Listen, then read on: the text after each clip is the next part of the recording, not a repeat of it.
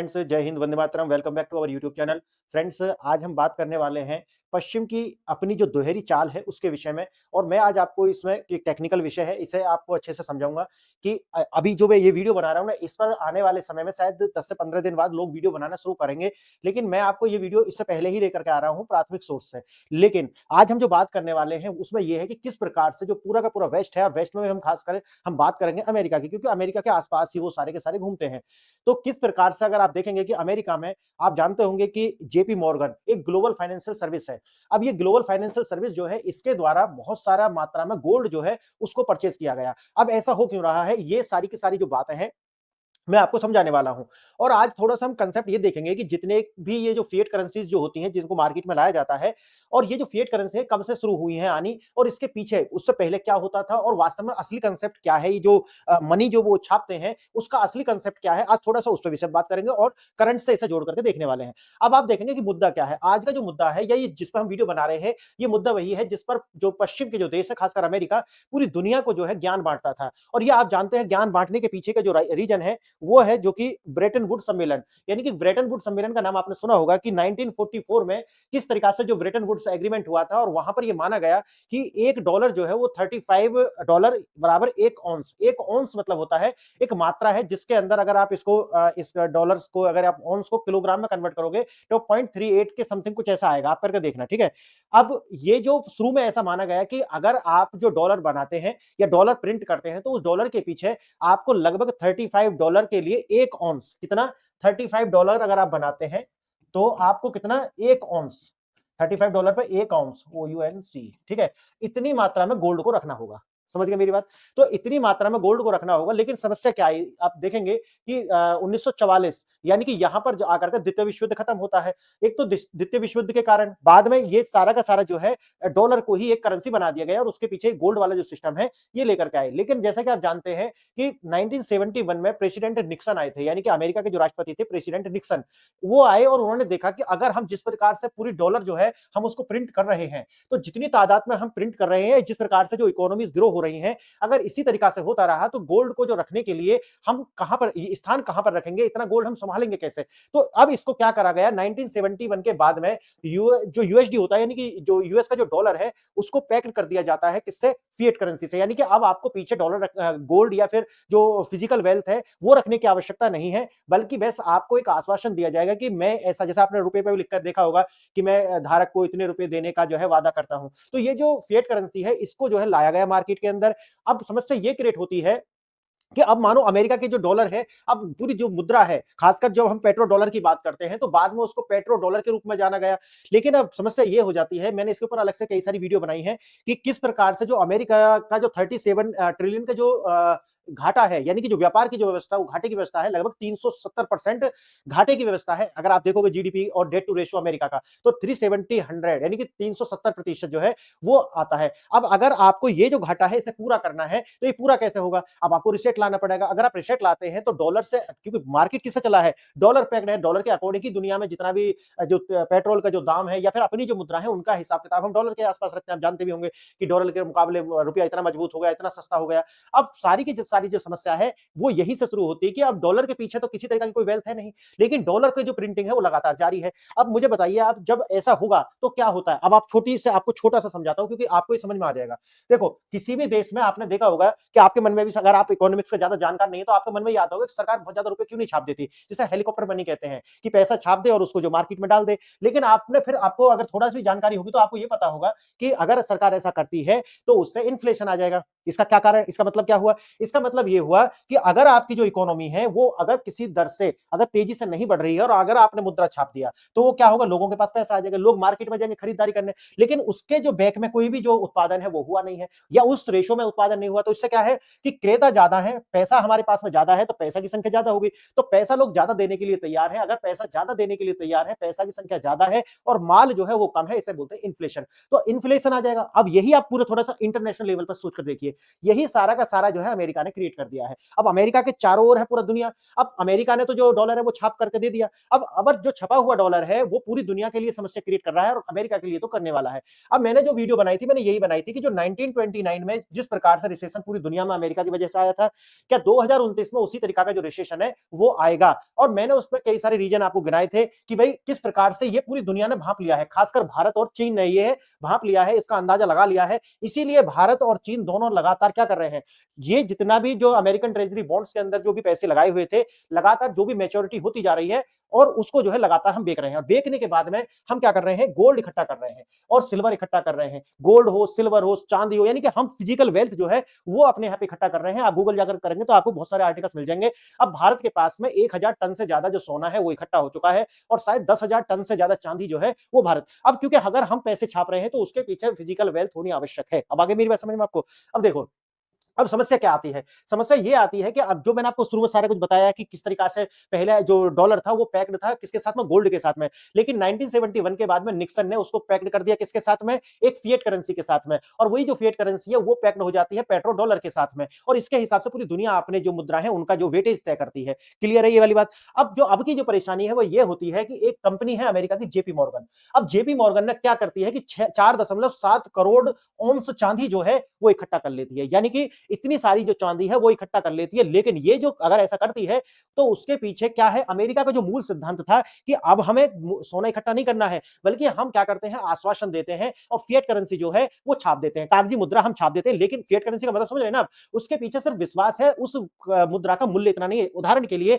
500 रुपए का जो नोट है वो कागज का एक टुकड़ा है, क्या वास्तव में अगर कागज के हिसाब से मूल्य में देखा जाए तो क्या उसकी वैल्यू इतनी है? नहीं है।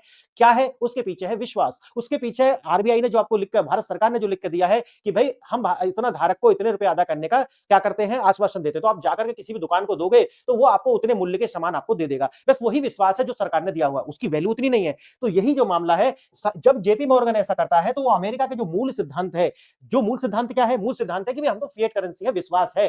अगर आप जेपी मॉर्गन के विषय में जानते होंगे, दुनिया की ये फाइनेंशियल जो है कंपनी है और अमेरिका की भी। अब आप सोचिए इसको कि अगर ये ऐसा करते हैं तो जो मूल विश्वास है वो डिगता है। अगर ये डिगता है तो अगर जो जागरूक नागरिक है वो क्या करेंगे, हम बताइए। वो क्या करेंगे, वो जो शेयर मार्केट में पैसा लगा हुआ है उस पैसे को निकालेंगे और गोल्ड और चांदी यानी कि फिजिकल वेल्थ में उसको क्रिएट करना या रिन्यूज जमा करना शुरू कर देंगे। क्यों? क्योंकि अगर अचानक से जो डॉलर है, अगर डॉलर जो है वो ज्यादा छपा है और आने वाले टाइम में रिसेशन आता है तो जो फिजिकल वेल्थ है उसकी अपनी एक जो वैल्यू है हमेशा रहने वाली है। इसीलिए जो है अमेरिका नहीं, अमेरिका की अब कुछ अमेरिका की सरकार ने इस पर अच्छा खासा जो है जुर्माना भी लगाया है इसी कृत्य के लिए।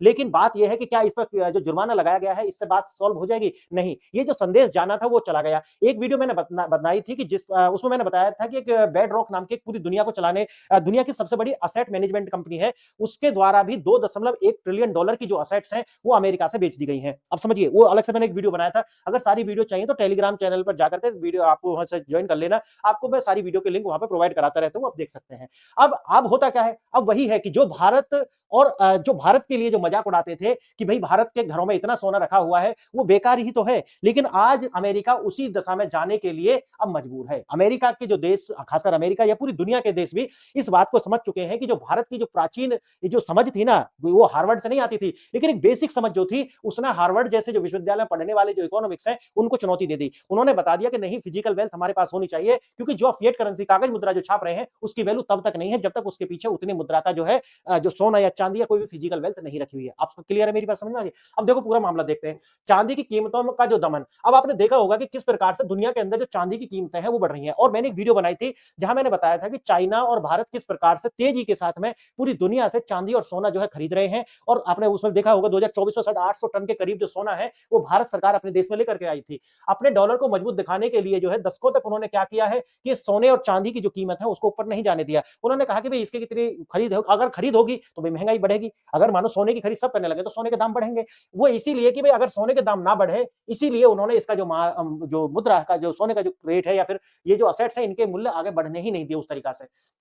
अब वही बात आती है, सोने चांदी में निवेश करने वाले भारतीयों को जो पुराने जमाने का कहने वाले जो है, आज उनको उसी रास्ते पर जाना पड़ रहा है कि अगर आपको मुद्रा छापनी है, अगर आपको डॉलर छापना है, तो आपको उसको या तो किसी भी तरीका की जो फिजिकल वेल्थ है उससे पैक्ड करना पड़ेगा। अगर आप उसके साथ उसे पैक्ड नहीं करते, उसके साथ नहीं जोड़ते, कि अगर आपने जैसे शुरू में मैंने बताया कि भाई 1944 तक जिस प्रकार का जो सिस्टम था, अगर आप उस तरीका से नहीं करते हैं, तो आने वाले समय के लिए आप एक परेशानी जो है पूरी दुनिया के लिए क्रिएट करने वाले हैं। और मैंने इसके लिए एक अलग से वीडियो बनाई है कि भारत जो है जहां पर भी है, खासकर जो ब्रिक्स है, ब्रिक्स ने मन बना लिया है, उसके अंदर जो देश है उन्होंने मन बना लिया है कि एक तो अमेरिकन ट्रेजरी बॉन्ड के अंदर जो पैसे लगाए हुए हैं, जैसे जैसे मैच्योर होते जाएंगे हम उनको जो है सेल आउट करेंगे, और उस पैसे को खरीद कर जो बनेगा पैसा, उससे हम क्या खरीदेंगे, फिजिकल वेल्थ खरीदने वाले हैं। तो ये आप जाकर के गूगल करेंगे तो आपको बहुत सारे आर्टिकल्स इसके ऊपर मिल जाने वाले हैं। अब ये अभी तो इस पर वीडियो ज्यादा लोग बना नहीं रहे, लेकिन आने वाले समय में आप देखोगे, या तो अब बना लेना या फिर आने वाले 8 से 10 महीने बाद इस पर वीडियो बननी शुरू हो जाएंगी कि किस प्रकार से जो ब्रिक्स है, इसके ऊपर मैंने तो कम से कम 20 वीडियो बना चुका हूं अब तक, है ना। और पिछले 2 महीना से वीडियो लगातार इस पर बना रहा हूं कि किस प्रकार से जो अमेरिका की जो फ्रस्ट्रेशन है ना, 500% का ये वो जो धमकी दी जा रही है, या किस तरीका से भारत को नीचा दिखाने की कोशिश कर रहे हैं, वो फ्रस्ट्रेशन जो है वो ब्रिक्स से निकल करके आती है। मैंने बताया है, अभी लोग शायद उसे सोच भी नहीं पा रहे हैं कि आप इस भी वीडियो में देखेंगे, लोग उसे कहेंगे कि ऐसा कैसे संभव है। ये संभव है, और मैं आपको अभी जो बता रहा हूं ना, वो आने वाले 10 से 15 महीने बाद लोग उसे सोचना शुरू कर देंगे। आप इसकी जो पूरी गड़गड़ाहट है, पूरी दुनिया की जो बड़ी बड़ी मैगजीन्स निकलती है ना, इकोनॉमिक्स टाइप की, वो सारी की सारी में इनके लेख जो है छपने शुरू हो जाएंगे कि अमेरिका जो है वो डूब रहा है, और डूबते हुए अमेरिका की ही ये जो फ्रस्ट्रेशन है कि वो ग्रीनलैंड पर आक्रमण की बात कर रहा है। और आपने देखा होगा कि वेनेजुएला पर आक्रमण करने के बाद में उनके जो जितने भी जो तेल के रिसोर्स हैं वो कैप्चर कर लिए हैं। अभी इस तरह से सीरिया पे उसने आक्रमण किया, उससे पहले नाइजीरिया पे उसने आक्रमण, यानी कि जो ये पूरी की पूरी जो आक्रमण है उसके पीछे 2 कारण जो मैंने अलग-अलग वीडियो में बनाए हैं, उन्होंने मैंने बताया है कि एक तो ये है कि जो मेन खबर है उससे जो है मन भटकाना, दिमाग कहीं जाए ही ना, कि जो नकारात्मक खबर जो अमेरिका से निकल कर आ रही है ना, तो उससे क्या होगा कि जल्दी से फ्लाइट करेगी उनकी जो मनी है वहां से। इसीलिए अमेरिका उस खबर को जो दबा कर रखना चाहता है। और दूसरा कारण है रिसोर्सेज, वो रिसोर्स जो है, और एक ये भी है कि भाई आप हमारे डॉलर को जो है ना, डी डॉलराइजेशन की जो प्रोसेस है उसे तेज मत कीजिए, नहीं तो मैं आप पर आक्रमण कर दूंगा। एक डर बैठाने का जो प्रयास है ये डोनाल्ड ट्रंप का है। तो मैंने ये 2-3 बात है ना, इसी के इर्द गिर्द पूरी कहानी, आप 50 आर्टिकल पढ़ लेना या 50 मैगजीन, यही 4-5 जो आइडिया है जो मैंने आपको बताया ये निकल करके आएंगे। अब बात वही आती है कि धन पश्चिम से पूरब की ओर जो है अब आने का समय जो है आ गया है। अब क्यों आ गया है, जो मैंने आपको बताया है कि भाई अब जो है भारत के पास या फिर जो पूर्व के देश हैं वो ये बात समझ गए हैं कि डॉलर नहीं बल्कि हमारे पास जो फिजिकल मुद्रा है वो होनी चाहिए उसके सपोर्ट में, नहीं तो फिर मामला खराब होने वाला है। अब जैसे मैंने आपको बताया कि इसने लगभग 4.7 करोड़ औंस चांदी जो है वो खरीदी थी, और खरीदने का यानी कि टोटल अगर देखा जाए तो विश्व उत्पादन का 6% के करीब तो इस जेपी मॉर्गन ने ही खरीद ली। क्लियर है। अब देखना, अमेरिका के सबसे बड़े बैंक जेपी मॉर्गन ने दिसंबर में ही, अभी ये दिसंबर 2025 की ही ये खबर थी कि 4.7 लगभग 47 मिलियन ऑन्स जो है फिजिकल चांदी खरीदी है। और खरीदने का कारण क्या है, वही है, इसे कह रहे हैं कि होर्डिंग होर्डिंग कह लो या फिर अपने आप को जो है बैलेंस करने के लिए। अब मैंने जैसे आपको बताया है कि ये मजाक क्यों है, मजाक इसलिए है, आप देखो economic forum, world economic forum आप जानते होंगे, इनके द्वारा और उनके जो अध्यक्ष उन्होंने भी कई बार कहा कि जो भारत जो है घरों में चांदी और सोना जमा किए हुए है ये बेवकूफी है। क्लियर। लेकिन बात वही है कि आपको भी तो वहीं आना पड़ रहा है ना। अब आपको अगर आप डॉलर छापते जाएंगे तो आपका जो डेट है, डेट टू जीडीपी रेशियो जो है वो बढ़ता चला जाएगा, सीधी सी बात है, क्योंकि आपने उसके पीछे कुछ लगाया हुआ नहीं है। और हर देश के साथ यही होता है, जब कोई देश विकसित हो जाता है तो उसका एक सैचुरेशन पॉइंट आता है, वहां के बाद में बबल क्रिएट होता है, जो कि 1929 में भी हुआ था। उसी तरीका से जो बबल फूटेगा ना, ये पूरी दुनिया की जो हवा निकाल देगा। आप देखना ऐसा आने वाले टाइम में, ये 2029 तक ये संभव है, ये होना संभव है। 70 साल का खेल डॉलर को मजबूत दिखाने का षड्यंत्र था, और वही है कि इन्होंने जो है फिजिकल वेल्थ जो है सोना चांदी इस तरह की उनकी जो कीमतें बढ़ने नहीं दी। कारण वही है कि अपना जो डॉलर है उसका प्रभुत्व जमा करके रखना है। पूर्व का पलटवार, भारत और चीन ने जो खेल पूरा बदल दिया। कैसे बदल दिया, मैंने आपको शुरू में बताया था कि किस प्रकार से जो पूरे के पूरे जो देश है वो अब जो भी अमेरिकन ट्रेजरी बॉन्ड्स के अंदर जो भी पैसा उनके लगे हुए हैं, वो अब जैसे जैसे मेच्योरिटी, जिस भी बॉन्ड की मेच्योरिटी होती जा रही है वो उसको जो है बेचते जा रहे हैं। अब इससे हो क्या रहा है, अब ये बेच भी रहे हैं तो एक होता है बॉन्ड याइल्ड, यानी कि उस पर देनदारी, तो बॉन्ड की जो याइल्ड्स हैं वो भी बढ़ती जा रही हैं। और मैंने बताया था लगभग 28 बिलियन डॉलर, ठीक है, बिलियन डॉलर जो है अमेरिका का जो फेडरल रिजर्व है, जो जैसे भारत का आरबीआई है उसी तरीका से फेडरल रिजर्व जो है लगभग 28 बिलियन डॉलर प्रतिदिन जो है वो अब इस डॉलर की प्रिंट कर रहा है। आप सोचिए, इतना डॉलर जो है प्रिंट हो रहा है, लेकिन उसके पीछे जो है एक सपोर्ट जो होना चाहिए वो है ही नहीं। अगर ये पूरी की पूरी दुनिया में इस तरीका का जो डॉलर है उसका प्रवाह होगा तो आप समझिए आने वाले समय में कितना बड़ा बबल क्रिएट होने वाला है। हम उन कागज वापस कर रहे हैं, यानी कि अब कागज क्या है कि वो फिएट करेंसी है। फिएट करेंसी, अब देखो अमेरिका में जो पैसे उनकी जो ट्रेजरी बॉन्ड्स में लगाए हुए थे, इसीलिए लगाए हुए थे क्योंकि माना जाता था कि अमेरिका की जो ट्रेजरी में हम लगा रहे हैं पैसा, तो उसका रिटर्न अच्छा है, और दूसरा वो सिक्योर है, यानी कि कभी भी देश ऐसा मानते हैं कि अमेरिका कभी भी कलेप्स नहीं करेगा। ये दो कारण थे कि अमेरिका की जो ट्रेजरी है उसमें पैसा लगाने का। लेकिन अब ये पहला जो विश्वास है वो तो डिगमगा ही रहा है, जो मैंने आपको बता दिया है, ठीक है, कि अमेरिका जो स्टेबल कंट्री है, तो वो स्टेबल वाला तो दिक्कत आ रहा है, ठीक, क्योंकि एक बबल क्रिएट हो रहा है। और दूसरा जो था वो यही है कि भाई अब जो है फिएट करेंसी जो है उसके पीछे किसी भी तरीका का कोई सपोर्ट नजर आ नहीं रहा है। इसीलिए जो पूरे के पूरे जो देश हैं वो अब आप गूगल करना, गूगल करके पढ़ना इसके विषय में कि ब्रिक्स जैसे देश हैं या जो भी अमेरिकन ट्रेजरी है, लगातार उसका जो साइज है वो घट रहा है, कि जब जब मैच्योरिटी होती जा रही है जिस भी बॉन्ड की, वो अपने को बेक करके रिन्यू नहीं करा रहे, आगे बेक करके बाहर निकल रहे हैं। अब इस तरीका से अगर होगा तो आप समझ लीजिए कि स्थिति आने वाले समय में और बुरी होगी। क्यों? क्योंकि आप मानिए कि जो अर्थव्यवस्था होती है या फिर जितना भी आप देखते हैं कि जो शेयर मार्केट है, इनका जो सबसे पीछे एक ताकत होती है वो है विश्वास, यानी कि फेथ। अगर फेथ डगमगा गया ना, जैसे कि आप मान के चलिए, आपने कभी सोचा होगा ऐसे कि यार सब लोग बैंक से एक दिन में पैसा क्यों नहीं निकाल लेते? क्योंकि उन्हें विश्वास है कि बैंक में पैसा सुरक्षित है, इसीलिए नहीं। अगर ऐसी अफवाह क्रिएट हो जाए कि ये बैंक डूबने वाला है, आप देखना कितनी लंबी लाइन उसके पीछे लग जाएगी, और आप समझिए कि लोग सोचेंगे हमारा पैसा हमें मिल जाए कैसे जल्दी से। क्लियर? तो यही है कि विश्वास जो है वो अमेरिका से डगमगा रहा है, और इसी विश्वास को जो है या तो समझिए कि इससे ध्यान भटकाने के लिए, या फिर कीजिए सोचिए कि भाई ये जो अमेरिका है, डोनाल्ड ट्रंप जो है वो अपने लिए एक मुसीबत क्रिएट कर रहे हैं, कि जिस तरीका से छोटे छोटे जो देश हैं उनको धमकी दे रहे हैं या फिर उन पर डायरेक्ट अटैक कर रहे हैं। अगर ऐसा होता है तो आप न्यूज से तो ध्यान भटका दोगे कि भाई ये जो खबर है इस पर दुनिया चर्चा ना करे, लेकिन आने वाले समय में ये जो बॉन्ड की जो बिक्री है ना, ये और तेज हो जाएगी, और इनके लिए जो समस्या है वो क्रिएट हो जाने वाली है, और अमेरिका का जो डूबना है वो बिल्कुल तय मानिए आप। अब देखिए वही है कि अब बेसल 3 के जो नॉर्म है, वो देखो बेसल 3 आप जानते हैं ना, ये बेसल के जो नॉर्म्स है, आप ये लाए गए थे, इसीलिए लाए गए थे कि कोई भी देश की जो इकोनॉमी है वो स्टेबल रहे, यानी कि जो देश है वो कोलैप्स ना कर जाए। इसलिए उन्होंने अलग अलग तरीका से इसमें बहुत सारे डू एंड डोंट्स लगाए हुए थे। आप ये करेंगे, आप अपना जो इन्वेस्ट है उसका कितना प्रतिशत बचा कर रखेंगे, आगे इसमें बताऊंगा कि मैंने थोड़ा सा आपके लिए बनाया हुआ है कि क्या क्या वो नॉर्म्स है। लेकिन बेसल 3 के जो नॉर्म्स है वो लास्ट में यही कहते हैं, क्या कहते हैं, अगर पूरा हम उसका वो निकालें कंक्लूजन, तो वो कहते हैं कि जो फिएट करेंसी है, फिएट करेंसी के सिर्फ ये मत करना कि फिएट करेंसी छापते जा रहे हो, लेकिन आप उसके पीछे किसी भी तरीका का कोई ना कोई एक असेट होनी चाहिए। उदाहरण के लिए कि जब 1971 में जब निक्सन ने जब ये गोल्ड वाला जब समाप्त किया था, तो उन्होंने ये कहा था कि ये जो डॉलर है ये किसके साथ पैक होगा, पेट्रोल के साथ में। अब लेकिन अब जैसा आप देख रहे हैं कि पेट्रोल जो है, यानी कि जो ऑयल्स हैं, वो भी धीरे धीरे क्या है, उनकी भी उपयोगिता खत्म होने पे है आने वाले समय में भी। तो आप ये देखेंगे, और ये जो है बाईपास भी हो रहा है, आप देख रहे होंगे कि बाईपास में ब्रिक्स जैसे जो संस्था है वो इसे बाईपास भी कर रही है। तो आप ये देखेंगे कि इस तरीका से बेसल 3 के जो नॉर्म्स है उनका भी जो उल्लंघन है वो अमेरिका करता हुआ दिखाई पड़ रहा है। तो इसका मतलब है कि भाई ये आने वाले समय तो ये इकोनॉमी जो है अमेरिका की वो स्टेबल होने वाली है नहीं। तो बेसल 3 के जो नियम है वो लगभग हर देश में अलग अलग तारीख पर लागू हुए हैं, कहीं पर 2025 में, कहीं पर 2023 में, किसी पर 2024 में। तो अलग अलग देश जो है अपनी सहूलियत के हिसाब से बेसल 3 की जो इंप्लीमेंटेशन है वो अपने तरीका से कर रहा है। अब मांग आसमान पर सप्लाई खत्म। अब हो क्या रहा है कि जो फिजिकल वेल्थ है, जैसे कि मैंने आपको बताया कि अमेरिकन ट्रेजरी से जितना भी बॉन्ड जो है मैच्योर होंगे और वो बेचे जाएंगे, वो पैसा कहां लगाया जाएगा, मैंने बताया आपको अभी, वो लगाया जाएगा फिजिकल वेल्थ में। अब फिजिकल वेल्थ की ओर अगर इतना पैसा सप्लाई जाएगी तो आप समझिए क्या होगी, डिमांड बढ़ेगी। अब डिमांड बढ़ेगी तो फिजिकल वेल्थ तो निश्चित है। अब ये जो फिजिकल वेल्थ है, इसी फिजिकल वेल्थ निश्चित की वजह से ही जो डॉलर था शुरू में, जो $35 पर ऑन्स जो था, उसको हटा करके किससे जोड़ दिया था बाद में, डॉलर, पेट्रो डॉलर, और फिर फिएट करेंसी के साथ में जोड़ा। अब यही जो है, आप समस्या क्या हो रही है कि पैसा लगा रहे हैं लेकिन जो फिजिकल वेल्थ है उसका जो दाम है वो लगातार बढ़ता ही जा रहा है। अब औद्योगिक डिमांड है, क्योंकि जो फिजिकल वेल्थ है वो सिर्फ ऐसा नहीं है कि सिर्फ एक वेल्थ है, बल्कि आने वाले समय में ये जो टेक्नोलॉजी है, चाहे तो सोलर पैनल हो, इलेक्ट्रिक वाहन हो, इनके चिप्स वगैरह बनाने हो, इनमें जो है ये एक कंपोनेंट्स है, एक धातु जो है कंपोनेंट्स है, और क्रिटिकल कंपोनेंट्स है। अब घटती हुई सप्लाई है, मैंने जैसे कि आपको बताया कि ये तो निश्चित एक निश्चित मात्रा में है, लेकिन अधिकांश जो देश है जैसे मैक्सिको, पेरू जैसे जो देश है, वो खदानों का उत्पादन जो है लगातार उनमें घट रहा है, क्योंकि ये फिजिकल वेल्थ जो है अपने आप में निश्चित है। और यही कारण था शुरू में जो मैंने आपको बताया कि इसको जो है इसके साथ पैक नहीं किया गया और डॉलर को जो है इससे अलग कर दिया गया था। लंदन और न्यूयॉर्क के गोदामों का सच, कागज का झूठ अब सामने आ रहा है, जब भारत और चीन जैसी संस्थाएं अपने कागजी कंट्रैक्ट जो बदल रहे हैं। अब कागजी कंट्रैक्ट जो मैंने जैसे आपको बताया है वही है, ट्रेजरी बॉन्ड में पैसा जो है उसको बाहर निकाल रहे हैं,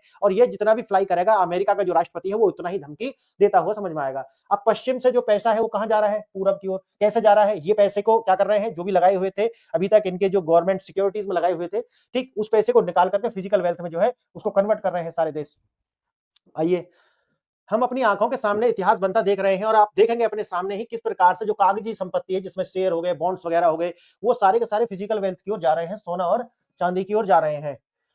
अगले 100 वर्षों का जो नियम है वही तय करने वाला है जिसके पास होगी वेल्थ, जिसके पास फिजिकल वेल्थ होगी, आने वाले समय में डिक्टेट वही करेगा पूरे वर्ल्ड को। अब देखना हमारी जो दादियां थी वो ऑक्सफोर्ड में तो पढ़ के नहीं आई थी, लेकिन एक बात समझ में रखना आप, उनके पास में जो है एक व्यवहारिक ज्ञान जो था ना वो था, उन्हें ये पता था कि जो फिजिकल वेल्थ है उसके बहुत सारे उपयोग हो सकते हैं, उसको आप जाकर के मार्केट में अगर पैसा की जरूरत पड़ती थी तो तुरंत बेच सकते हैं आप। इसीलिए हमने हमेशा हमारे भारत में भी हमेशा याद रखना कि अगर कुछ स्टेट को छोड़ दें, गुजरात जैसे स्टेट को या महाराष्ट्र को छोड़ दें, तो बहुत ज्यादा आप ये देखेंगे कि जो ये पैसा लगाते हैं ना इसमें, बॉन्ड्स वगैरह में पैसा लगाते हैं, शेयर मार्केट में पैसा लगाते हैं, तो बहुत ज्यादा हमारा जो इंटेलेक्ट है वो उधर की ओर जाता नहीं है, ना हमारा फेथ होता है उसके ऊपर। आप आम नागरिक भारत में देखोगे तो उसे शेयर मार्केट और इसके विषय में ज्यादा रुचि होती नहीं है। वो अगर बात करेगा तो वो कहेगा कि मैं जमीन खरीद लेता हूं, मैं सोना चांदी खरीद लेता हूं, कि प्रॉपर्टी खरीद लेता। क्यों?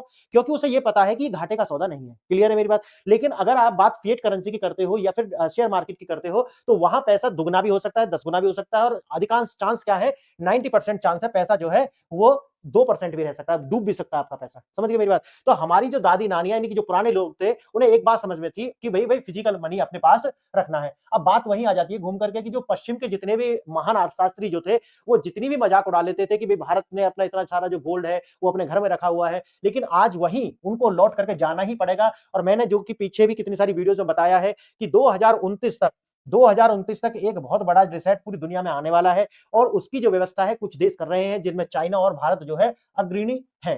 तो आप समझिए कि ये जो दोनों देश है वो ऐसा ही नहीं है, वो प्रॉमिस पे जो है ना, प्रॉमिस भी तो आप जब ही करोगे ना भाई, कोई गवर्नमेंट जो प्रॉमिस करेगी वो तभी तो करेगी कि उसके बैक में भी कुछ रखा हुआ होना चाहिए। ऐसा नहीं है कि वो फिएट करेंसी छापते जा रहे हैं और बैक में कुछ है नहीं, तो उसका क्या है, एक दिन आकर के कोलैप्स तो करना ही करना है। अब बात वही आ जाती है कि भैया प्रॉपर्टीज में पैसे जो इन्वेस्ट करना पड़ेगा।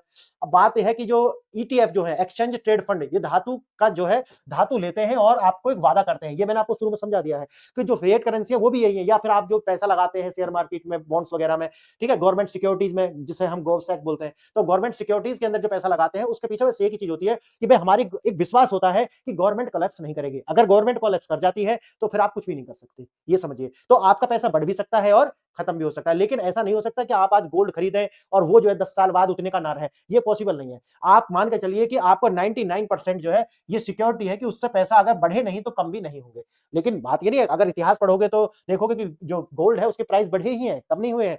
तो बस आप ये समझिए, तो इससे आपको 2-3 बातें जो है सीखने के लिए मिलती है, जो मैंने आज आपको ये बताया है। और जैसे कि यहाँ पे लिखा भी हुआ है, देखना, ये भारत के पास दुनिया का जो अगर पूरा डेटा देखते हैं तो 13% तक जो गोल्ड है वो भारत की ट्रेजरीज में रखा हुआ है। भारत के पास, भारत के जो घर है उनमें जो है लगभग 11 से 13% जो सोना है। अब लोग अलग-अलग कहते हैं कि दुनिया का 50% हमारे पास है। अगर यह, लेकिन डेटा ऐसा नहीं है, जो वेबसाइट्स पे भी ऐसा डेटा नहीं है।